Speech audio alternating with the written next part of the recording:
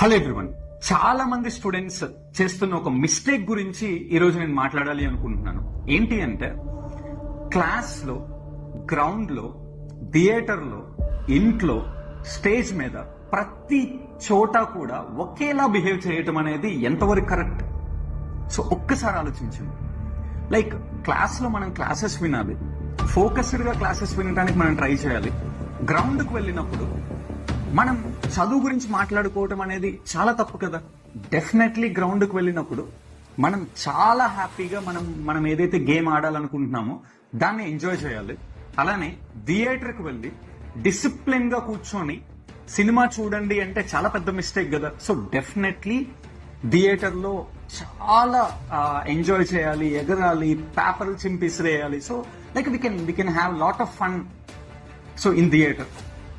అలానే స్టేజ్ మీదకి వెళ్ళినప్పుడు స్టేజ్ పర్ఫార్మెన్సెస్ ఎవరైనా చేస్తున్నప్పుడు కానీ మనమే పర్ఫార్మెన్స్ చేస్తున్నప్పుడు కానీ like we should enjoy that.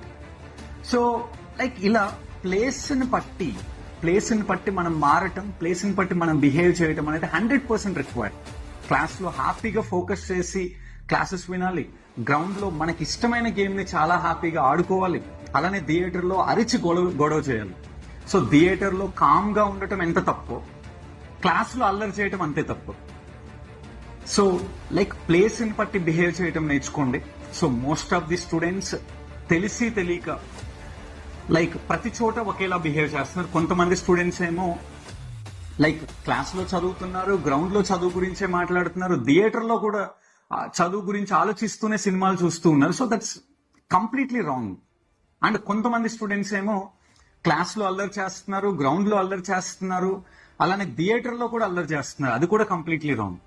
So based on place and based on situation, based on time మన బిహేవియర్ మారుతూ ఉండాలి. Please be aware of this.